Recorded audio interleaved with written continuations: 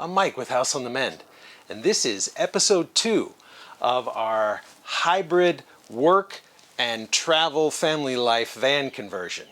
In this episode, we are going to take this 3M Thinsulate insulation and start insulating the walls and the ceiling of the van. We're also going to get underneath the headboard and put some sound deadening there, as well as in the area where the bed is going to be, the head and the feet. We're going to put some thinner Noico insulation there in preparation for carpeting those areas. If you like this video and find it helpful, will you please give it a thumbs up? Really helps the YouTube algorithm to start suggesting it to more people. Also, please leave a comment or a question below if I'm not addressing something you'd like to hear. I'm really good at responding to questions on my comments of my videos. So with that, let's get started. House on the Mend. All right, let's get this cut open here. Now this is 3M Thinsulate, and it's really good for van builds like this because it resists mold buildup at all.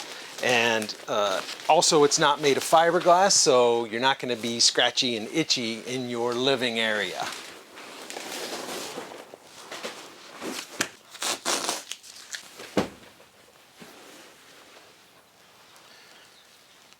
So this appears to be, once it uncompresses a little bit initially, it's about inch and a half thick.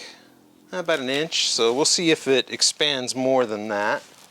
I've heard that in some of the other videos I've watched that this stuff is tough to cut, so I thought maybe we can start by using these shears that did an excellent job on the kill mat, and if that doesn't work, move on to razor blade and a few other things and see what works best. Now, I figure we may as well start right here at the doors and move forward. So let me get a measurement. Oh, these shears work really good so far. All right. Maybe once it expands more, it won't cut so well with these, but so far they're awesome. When I go in to the door, I want to get right to this spot where there's this piece right here.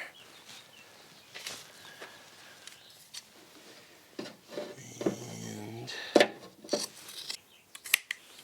several of the pieces that I have cut out already that slip right into these little channels of the doors, or up here in this long skinny channel, they're just fine, but all the rest of these you can see are just flapping down. They're not going to stay put. I had some temporary blue painter's tape put up just to hold them in place, but that didn't even hold. So what I'm going to do is use this spray adhesive. This particular brand is Loctite here, and it says it needs to be about 65 degrees and that you should spray both surfaces for good adhesion. Let them both sit for a minute, and then they act as contact cement and should go together real good. So let's do one together. I've got the little table set up right here with an old box that we're going to throw away so I don't get sticky stuff all over my little table. And I figured rather than doing it inside here and taking the risk of getting adhesive on the floor, we'll spray that outside, and then I can just spray this area right here. Got a nice breeze going this way, so I've actually moved the camera quite a ways down and just zoomed in.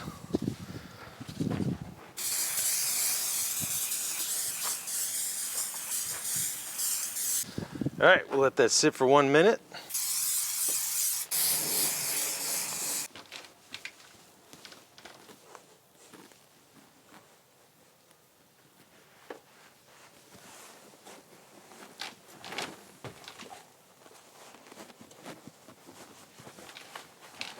Oh yeah, that's holding real good. All right, that's going to work real good. I'm just going to repeat those steps for all the pieces, and that's going to take care of our first roll. I'm waiting for the second one to come in the mail.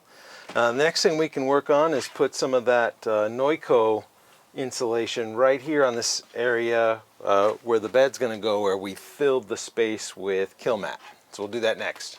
All right, what we have of the Thinsulate that needed to be glued has all been glued in with that spray adhesive. And now let's turn our focus on to insulating this area with this Noico product. That's Noico. I'll leave a link for it. It's available on Amazon. But they say you have a base layer and then you put down this 150 mil heat and cool insulation as a second layer. And that's what we're going to do. So my vision is to have this nice soft little insulation come right up and actually round this corner on this strut, just like that. When this piece goes here,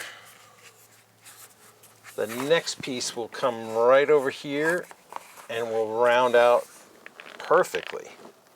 And then we'll eventually put like a small carpet covered piece of 1/4 inch plywood there to dress that out once everything's carpeted. All right, so let's get going. And then set this piece here, and that way I can start peeling the backing.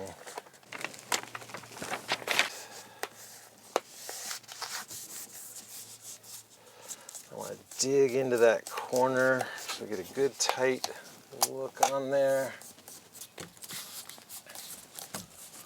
All right, now we can still see the line where the kill mat meets this trim piece, but that's okay because I've ordered 1/8 inch closed cell foam upholstery foam, right? And that's going to be one more layer that'll go here before we put the carpeting on, and that should help to further dilute any of these lines that we see.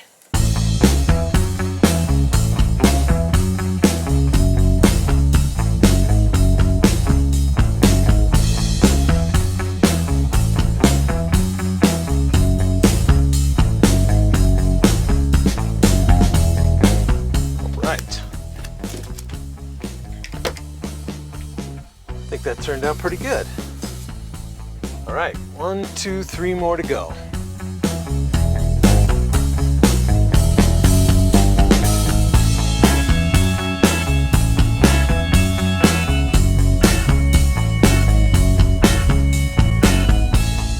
So I learned from this seam that it's probably better to put some tape up first before you cut, because all this tore off here even after I cut it with the razor, and I'm gonna have to clean that up. So I got smart, and on this side I put up blue painter's tape all the way around the corner. Then when I was done cutting with the razor knife, we get this satisfying peel off here.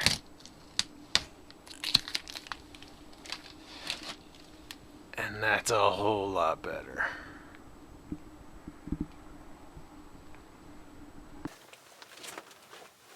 All right, we're all the way done. Back to this last piece right here that's right by the headliner. And I wanted to leave that piece off until we got in to this headliner, got in there and put some insulation in. But what I found out was one of these tools here for the door trim removal tools are really necessary and work out really well for these guys, because they have two kind of Christmas tree looking points that go in, and you need to squeeze those together for the piece to come out and not get broken. So for instance, if we come in right here and we start pushing in and we squeeze those two together like that,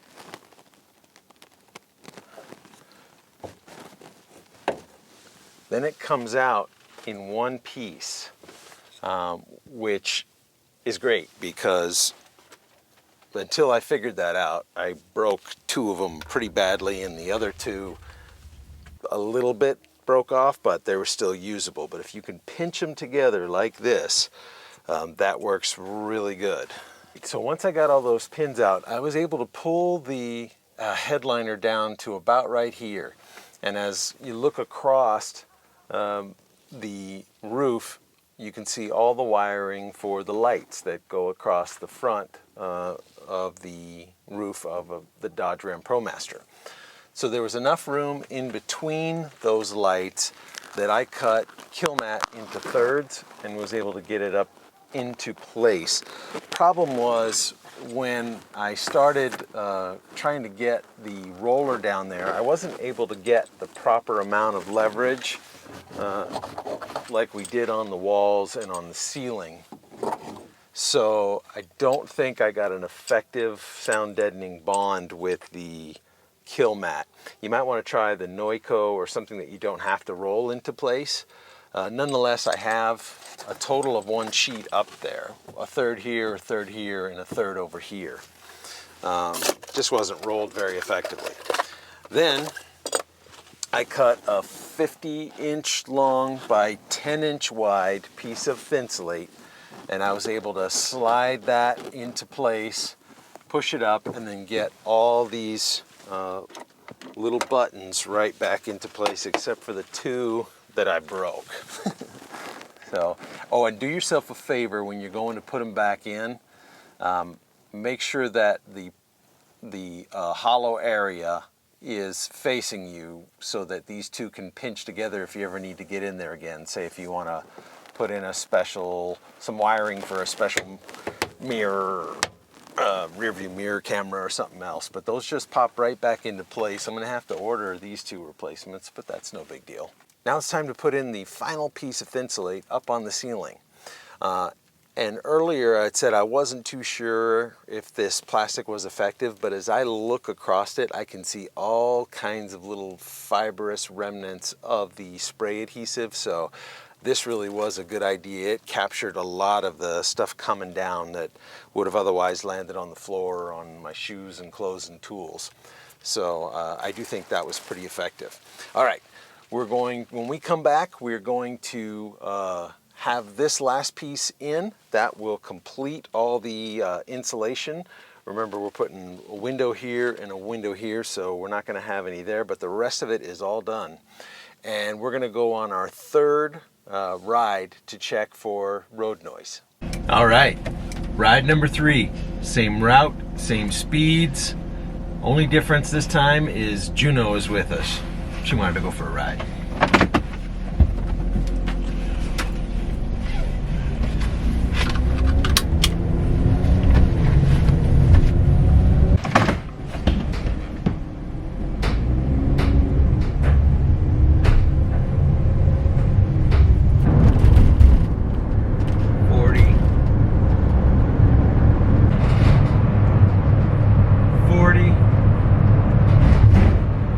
Well, in my opinion, the addition of this 3M Thinsulate really deadens the sound back here. As I'm talking, I don't hear any echo whatsoever. It's almost like a sound room back here, so a dramatic difference. And I had mentioned at the beginning when I first unraveled that the Thinsulate was about 1 inch, and I wondered if it would expand. I would say it expanded to about 1.5 times its size, maybe about 1.5 inches or so. So it's been several months since I've installed all of this Thinsulate, and I started noticing that the adhesive on the ceiling was starting to give way in several spots. So I ended up taking just regular old like cotton twine that I had at the house and ran through all these cross braces to hold everything in place. And that has helped tremendously. And if you consider the timeline of a build like this, it's going to be a while from the basic sound deadening and insulation to the time where you're running the wiring for the lighting and then finally getting into putting in the roof panels or ceiling panels. So I would advise this if you're just going to use spray adhesive. It will keep everything in place and be a lot less hectic for you. So if you found this video helpful, will you please give it a thumbs up? It really helps the algorithms to start suggesting it to more viewers like you. Also, please consider subscribing. I'm working really hard to put out good quality content. There's a lot more videos to come on this van build, as well as tool reviews and other things. I'm going to leave a link for everything I discussed in this video. Full disclosure, those will be Amazon affiliate links. So if you click on them and end up making a purchase, it won't cost you a thing, but I do get a small reward at the end of the month. It helps to justify all the time it takes to set up camera angles and lighting and things to record these videos. Speaking of our videos, the next one is going to be on these seats that I chose for the back area of the van, right behind the driver's seat. They come complete with their own seat belts and a really cool adjustable spring ride suspension that is really nice, armrests, and how I built this pedestal that they're sitting on, complete with its own storage drawers and USB ports to charge your devices. And that brings us to the final point of the video, where we discuss the cost of each item we added, as well as the weight. And the weight is significant because we have a total payload in this Ram Promaster 2500 of 4,000 pounds. So I want to keep track of what we're adding to it. So in this episode, it took 2 rolls of the 3M Thinsulate for a total of $412 and 30 pounds. 3 cans of the Loctite adhesive spray at $25, but only about a pound worth of glue. That subtotal is $437 and 31 pounds.